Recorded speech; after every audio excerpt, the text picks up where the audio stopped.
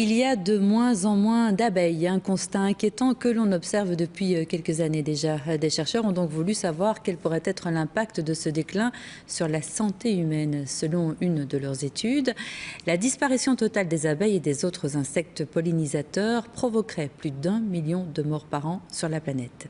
Les explications de Silvia Falcinelli. Elle butine, un travail miniature aux effets gigantesques.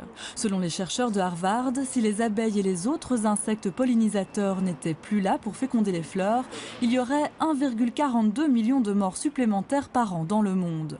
Une mortalité causée par la malnutrition et l'augmentation des maladies cardiovasculaires et de certains cancers. Un scénario catastrophe, mais qui pour cet expert a le mérite d'attirer l'attention.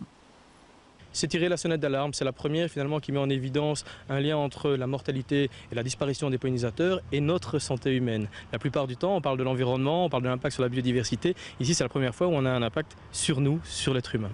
En pratique, plus d'insectes pollinisateurs du tout, ça voudrait dire une chute de production mondiale de 23% pour les fruits, 16% pour les légumes et 22% pour les noix et les graines. L'alimentation serait bouleversée, l'étude pointe en particulier l'aggravation des carences en vitamine A et en acide folique, surtout dans les pays à faible revenu. Alors, pourrait-on imaginer compenser ces carences grâce à des vitamines de synthèse ? Oui, on peut synthétiser des vitamines de manière en laboratoire ou dans des usines, mais il faut savoir que ça a aussi un coût. Que les personnes dans les pays en voie de développement ne vont peut-être pas pouvoir s'offrir ce genre de produits.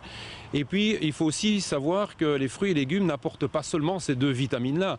Ça apporte tout un ensemble de nutriments et c'est l'ensemble de ces nutriments qui va amener les gens à garder une bonne santé.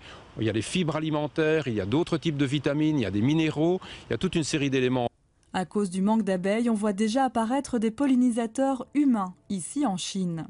Plus futuriste, des équipes de chercheurs américains travaillent sur la mise au point d'insectes robots, un projet dénoncé par Greenpeace, entre autres. C'est possible qu'un jour ça arrive, et je ne pense pas que d'un point de vue éthique, c'est le bon choix. D'un point de vue purement scientifique, c'est très intéressant pour les spécialistes de la robotique, mais je dirais que ça n'est pas finalement l'alternative à l'heure actuelle. L'alternative à l'heure actuelle, c'est de préserver les pollinisateurs et de régénérer les populations d'abeilles. Depuis 2004, on est passé de 10% à 30% de mortalité chez les abeilles domestiques. Moins nombreuses, les abeilles travaillent aussi souvent en pure perte, puisque dans le monde, plus d'un tiers des fruits et légumes sont en réalité gaspillés à cause de problèmes de conservation ou de transport.